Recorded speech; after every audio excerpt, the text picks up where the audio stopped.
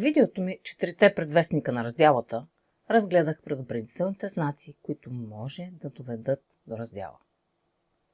В това видео ще говоря за това как осъзнато да комуникираме желанието си да се разделим с партньора си и как по-плавно и без излишна драма да преминем през раздялата, когато партньорът ни пожелае това. И не, няма да говоря за това кога и дали да го направим. Да. Идва и такъв момент, моментът на раздялата. Моментът, за който никой не говори и от който сякаш всички ние се страхуваме. Страхуваме се да останем самички, без човек до себе си. Страхуваме се от самотата. За мен обаче този момент е точно толкова важен, колкото и моментът на нашата среща. И от теб зависи дали ще дадеш негативно значение на този момент и той ще се превърне в момент на отчаяние и депресия, или ще дадеш положително значение, което ще го превърне в момент на свобода и неограничени възможности. Затова, хайде да започваме. Нека първо да разгледаме ситуацията, в която ние вземаме осъзнато решение да напуснем дадени отношения. Всеки от нас има своите причини да го направи. Рядко обаче си даваме сметка как нашето поведение се отразява на този до нас. Голяма част от хората, като решат, че не могат повече така, минават като зваляк през чувствата на другия, без изобщо да ги интересува какво оставят след себе си. И така те плюят върху цялото време, прекарано с този човек. Чувала съм какви ли неоправдания за това поведение, но нито едно не е основателно, когато умишлено нараняваш някой, макар и с оправданието, че този човек първо е наранил теб. Такъв начин на мислене е много незрял и посява семената на това не след дълго някой друг да се отнесе по същия начин с теб. И така, решили сме, че искам да се разделим с този човек. Много е важно да поставим срок, в който тази раздяла ще се случи. Така сме го решили вече, защо да протакаме повече. Да се опитваш да избегнеш болката днес, увеличава шансовете да я преживееш двойна утре. Да я отлагаш не помага на никой, затова отдели няколко часа да се видите лице в лице и да заявиш решението си. Моля те, бъди внимателна с емоциите на другия. Не забравяй, че каквото посееш, такова ще пожанеш. Вместо да игнорираш партньора си или да му изневериш, за да предизвикаш раздяла, просто бъди честна с него. Бъди ясна и открита за причините си. Да, разделите са трудни, знам. И няма идеален начин да кажеш на някой, че вече не искаш да сте заедно. Ако си прекалено мила и плаха, може да не те вземе на сериозно. Ако пък започнеш да обясняваш защо според теб не сте един за друг, може да получиш несъгласие по темата и да започнете спор за това кой е прав и кой е крив. Много от нас не искат да бъдат виждани като злодеи и гняри. Егото ни трепери пред идеята да бъдем този, на който не може да си има доверие, или да сме този, който разочарова близките си. И като че ли за това дълго време стоим в отношения, в които не сме автентични, точно поради този страх. Какво ще си помислят роднините и приятелите ми, ако направя това? Така че най-добре приеми, че това, което ще кажеш, много вероятно няма да се приеме добре от другия. В книгата си "8 правила в любовта" авторът Джей Шети съветва да насочим разговора към следните 3 основни елемента на отношенията ни. Първо, харесвам ли личността му? Второ, уважавам ли ценностите на този човек? И трето, искам ли да се отдам да му помогна да постигне целите си? Постарай се да изразиш правилно къде според теб са различията ви в тези 3 елемента. Ако не уважаваш ценностите му, заяви го открито. Да си конкретна е по-полезно за другия, отколкото да кажеш: ти вече не ме правиш щастлива. Или най-болезненото заключение: не ме кефиш повече. Това изречение те лишава от обяснение кое твое поведение или отношение му носи дискомфорт или нарушава границите му, за да можеш да се коригираш, ако пожелаеш. Често хората генерализират и слагат етикети на лоша стока, ако нещо в околните не им допадне. Така те отхвърлят цялата личност заради отделен техен аспект. Това е много незряло поведение и ако ти го проявяваш, е хубаво да поработиш с стила си на комуникация. Когато осъзнато вземеш решение, че искаш раздяла, моля те, разговаряй очи в очи с другия и бъди искрена. Не заплашвай с раздяла, ако не го мислиш наистина, само да изнудиш другия да направи нещо, което ти искаш. Това не е партньорско отношение, а поведение на дете от детската градина. Също така не дай да късаш с SMS, кратко съобщение в социалните мрежи, спонтанно блокиране без да обясниш защо или ни в клин, ни в ръкав да стовариш новината, че вече си срещнал друг, по-подходящ за теб. Това е тотално неуважение към личността на другия и го лишава от правото да попита. Защо? Да обясниш защо си решила да сложиш край на връзката ви е много полезна обратна връзка. Така даваш възможност на другия да промени в себе си неща, ако сметне, че е необходимо, разбира се, които за бъдеще няма да се препъни камък в отношенията му с друг партньор. По този начин ти му помагаш да подобри себе си, ако той пожелае да направи това. Имай предвид, че колкото и да внимаваш с думите, ти не можеш да контролираш реакцията на другия. Той може да каже и да разкаже за теб каквото си поиска и на който прецени, както и да не се съгласи с причините ти да се разделите. Всичко, което можеш да направиш е с загриженост, съчувствие, емпатия, но открито и твърдо да заявиш решението си, без да влагаш сантименталност. Този разговор не е нужно да продължава дълго. И щом го проведете, предприеми незабавни действия да направиш раздялата официална. Ако има оставени вещи при теб, върни му ги незабавно и не търси повече повод за бъдещи срещи. Не надничай в социалните му мрежи, махни се от приятелите му в Фейсбук и ако се наложи, блокирай профила му. Не си размените съобщения или разговори. Не оставайте приятели. Поне не за сега. Вземете си дълга почивка един от друг. Аз лично препоръчвам поне 1 година никакъв контакт. И ако след този период и двамата искате да бъдете приятели, опитайте.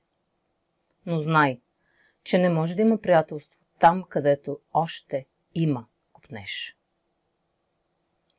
Да стоиш в такива приятелски отношения, в които единият още има силни романтични чувства, може да му даде на празни надежди, че може отново да се съберете. А това не е окей.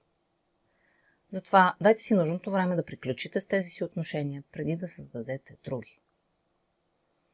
Да си приятел с бившия си е сложно и отнема време и осъзнатост от двете страни. Да, познавам хора, които са успели да останат или да се превърнат в приятели след като са били двойка. Но това като че ли е рядкост. Тук няма точни правила. Отношенията не са математика. Затова не се колебай да потърсиш помощ, ако си в такава ситуация и не можеш да се справиш сама. Ако има намесени деца, обаче, ситуацията е доста по-различна. Тук бих те посъветвала да не използвате децата, за да надвиете на другия, да го изнудваш или показваш надмощие, като поставяш правила и условия, които са само в твой интерес. Моля, направете нуждите на децата си свой приоритет. Нека техните интереси да са на първо място. Те заслужават да имат щастливи по-отделно родители, вместо такива, които са нещастни заедно.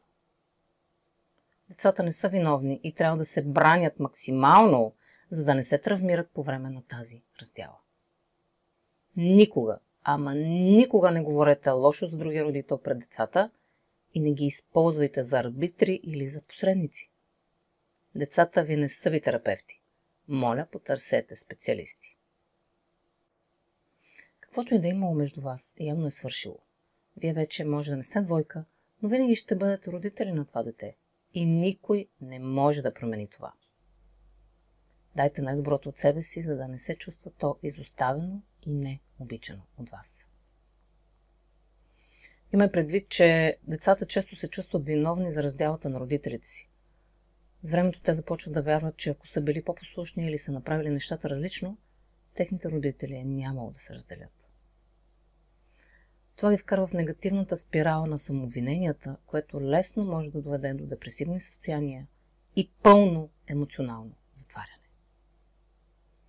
Затова, моля те, бъди осъзнат и не остави след себе си руини и разплакани детски очи.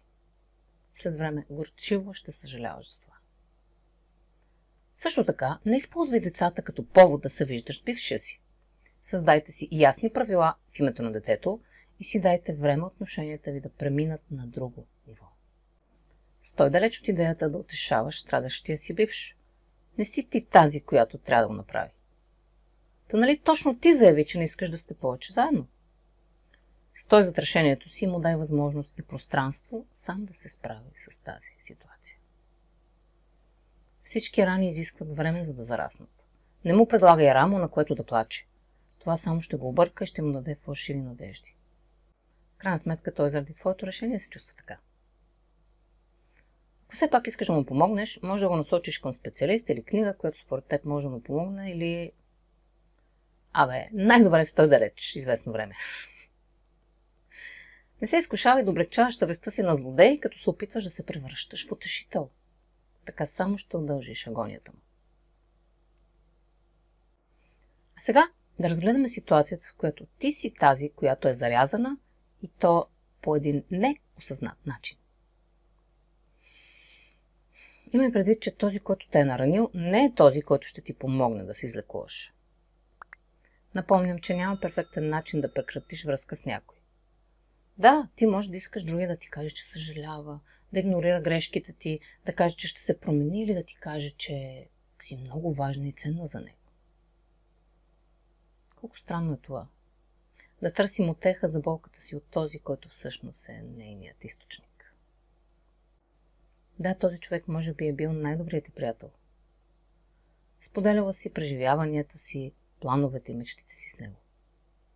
Търсила си го за помощ, за да разрешиш проблеми и да се справиш с емоциите си. И как е възможно този човек да спре да ти говори след всички тези преживявания, които сте имали заедно? Как е възможно да спре да бъде този, който те е правил щастлива? И как ще откриеш щастието за напред? Знай, че този човек никога не е бил и никога няма да бъде отговорен за твоето щастие. Това е единствено и само твоя отговорност. Щастието е избор. Ти имаш пълното право да задаваш въпроси, ако ти се даде такава възможност, разбира се, за да разбереш причините за това решение. Но в крайна сметка е препоръчително да се съобразиш с желанието му и да го пуснеш да си отиде. Колкото по-бързо, толкова по-добре за теб. Вместо да висиш в самосъжаление с месеци и години, отдели време да останеш сама достатъчно дълго и да разсъждаваш върху тези отношения. Не бързи да влизаш в друга връзка, след като тази е приключила. Защото, ако не си научил уроците си от тази, ще пренесеш багажа от нея в следващата ти. Не се опитвай да се молиш, да се унижаваш или да правиш опити да се връщаш при някой, който вече открито е заявил, че не желае да участва в отношения с теб. Не го изнудвай емоционално, като заплашваш със самоубийство и с какво ли още не. Това не само, че не е секси, а е изключително отблъскващо. И повярвай ми, няма да го накара да те иска и обича повече, ако се държиш манипулативно. Ако обаче настояваш да го правиш и не се съобразиш с решението на другия да се раздели с теб, това поведение разкрива твои дълбоко скрити негативни убеждения, че не си достатъчно добра и че може би няма да можеш да си намериш друг, който да те обича. Това са негативни убеждения, от които е хубаво да се освободиш. Ако искаш да го направиш, подробните стъпки може да научиш в това мое видео. Често съм чувала, че тези, които са зарязани, искат да си отмъстят и да наранят другия, така както той е наранил тях. Само, че това отваря кутията на Пандора и няма да ти хареса това, което може да изкочи от нея. Вместо това, бъди благодарна. Бъди благодарна за всеки ден и миг, който този човек е споделил с теб. Бъди благодарна, че ги е имало. Благослови човека, който те изоставя и му пожелай щастие. Той заслужава да е щастлив, както и ти. Сигурно това ти звучи утопично и нереално, но това е поведение на осъзнат човек, който знае, че отношенията са отражения, които ни показват повече за нас самите. Те безпогрешно показват какви скрити убеждения имаме за себе си и за света около нас. Подробности за това може да научиш в това мое видео. Всички ние сме свободни хора и се свързваме в двойки по своя воля. На същия принцип излизаме от такива. Никой за нищо не ни е длъжен и не сме залепени завинаги за някой. Аз лично не бих искала да бъда с човек, който не ме избира всеки ден, не показва любовта си с действия, а живее с мен от страх, че не може да се справи сам или пък от криворазбрано чувство за дълг. А ти би ли искала това? Сподели ми в коментар. И затова не очаквай завършики обяснения, ако другият откаже да ти ги даде. Дори да ти даде някакво обяснение или причина за решението си, ти можеш да продължиш да питаш. Защо не ме обичаш така, както искам? И няма да получиш ясен отговор. Така че, дай си тези отговори и обяснения сама на себе си. Отдели си нужното време, за да върнеш баланса в живота си чрез саморазсъждение или работа със специалист.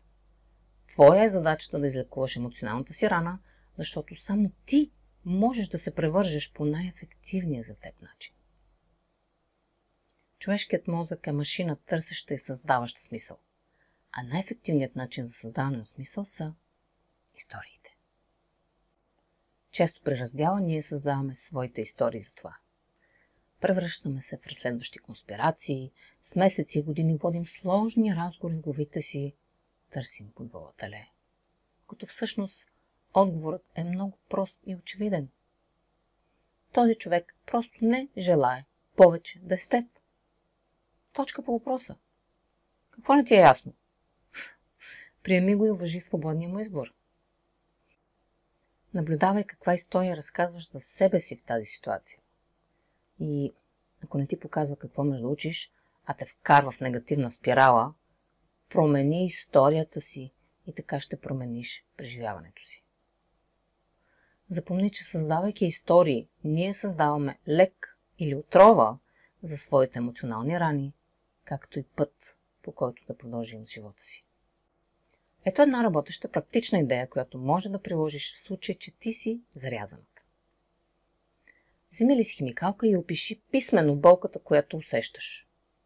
Създай си пространство, в което да можеш да изразиш всичко, което според теб другият ти е причинил, как се е държал с теб и как те е накарал да се почувстваш. Думите, които ти е казвал, обидите, обвиненията, вечното мрънкане на недоволство, всички удари под кръста. Опиши всички пъти, в които си се чувствала сама и неподкрепена, невидяна, нечута, използвана или пренебрегната. Излей си всичко. Позволи си да драматизираш и дори да се самосъжаляваш, но само за един ден. Щом този ден свърши, не стой повече в това чувство. Създай си план за това какви действия ще предприемеш от тук нататък, за да се справиш с тази ситуация и да продължиш живота си. Знай, че не можеш да излекуваш нещо, което не можеш да почувстваш. Затова позволи си да почувстваш всички тези неща с пълна сила. Ако трябва, преувеличи ги, драматизирай до дупка. Защото ако потиснеш всичките си емоции, това няма да ги направи по-малки, даже напротив. Разбери, че няма къде да изтикаш каквото и да е. Защото ти си твоята реалност. Ти изпълваш своята реалност напълно. И каквото и да се опиташ да отхвърлиш, то ще става още по-голямо и по-голямо, докато не го трансформираш и не го приемеш за част от себе си. Затова излей всичко. След като се успокоиш, провери дали случайно не въртиш едни и същи модели в отношенията си. И ако е така, разбери как и кога си започнал да го правиш. Колкото повече си задаваш въпроси и се вглеждаш в себе си, вместо да обвиняваш другия да се чувстваш жертва, толкова по-бързо ще си научиш урока, който си се съгласила да научиш с неговата помощ. Само когато с интерес започнеш да изследваш себе си, ще научиш нещо ново за теб самата, ще можеш да промениш поведението си и ще продължиш живота си като напълно нова твоя версия. Защото ако не промениш моделите на поведение, ти ще ги повтаряш и в следващата, и в следващата, и в следващата ти връзка. Ще играеш една и съща сценка с различни лица. Виж повече за това как можеш да промениш моделите на поведение тук. Описвайки всичките си чувства, както и кой според теб е бил отговорен за тях, по-лесно ще може да видиш къде и партньорът ти е допускал грешки. Ние често игнорираме тези грешки, защото поставяме половинките си на пиедестал и ги гледаме като по-висши същества, които не заслужаваме. Само че те не са такива. И е хубаво да бъдем наясно, че те също са хора и допускат грешки, които също са допринесли за тази раздяла. Всеки от нас носи 100% отговорност за поведението си в едни отношения. 100%. Много е важно да стигнеш до момента, в който да усетиш, че тази раздяла ти носи повече ползи, отколкото мъка. Ето така ти започваш да лекуваш себе си. Обърни внимание на раните си. Защото ако игнорираш и не се погрижиш за кървяща рана, тя може да забере гной, да се възпали или да стане хронична и да доведе до усложнения. Фокусирай се върху какво научи за себе си в тези отношения. Уроците, които учим в този живот, са много важни за духовното ни развитие. Поощрявам те да ги вземеш със себе си, както и положителните спомени с този човек. Знай, че всеки бивш партньор ти дава подарък, който ти може да пропуснеш, ако не предприемеш тази стъпка по откриване на урока в тези отношения и оценяване на срещата ви. Този човек може би ти е дал ценен съвет, или те е свързал с важен за теб човек, или пък ти е помогнал финансово или емоционално в тежък за теб период. Бъди честна, бъди благодарна за тези дарове и не ги омаловажавай. И накрая, иди в празна стая и прочети на глас всичко, което написа за това как се чувстваш. Прочети, изкрещи и изреви всички чувства, емоции, съжаления, разбити надежди, разбъднати мечти. Всичко, което изпитваш от тази раздяла. Всичко до последната капка. Бившият ти не е там и не може да те чуе, но чувството за завършек и край ще дойде от изричането на всичко това и от знанието, че така ти създаваш своя край на тази история, а не чакаш другият да ти го даде. Защото можеш да чакаш цял живот. Така ти помагаш на себе си да продължиш напред по-зряла и по-осъзната. Чуй ме!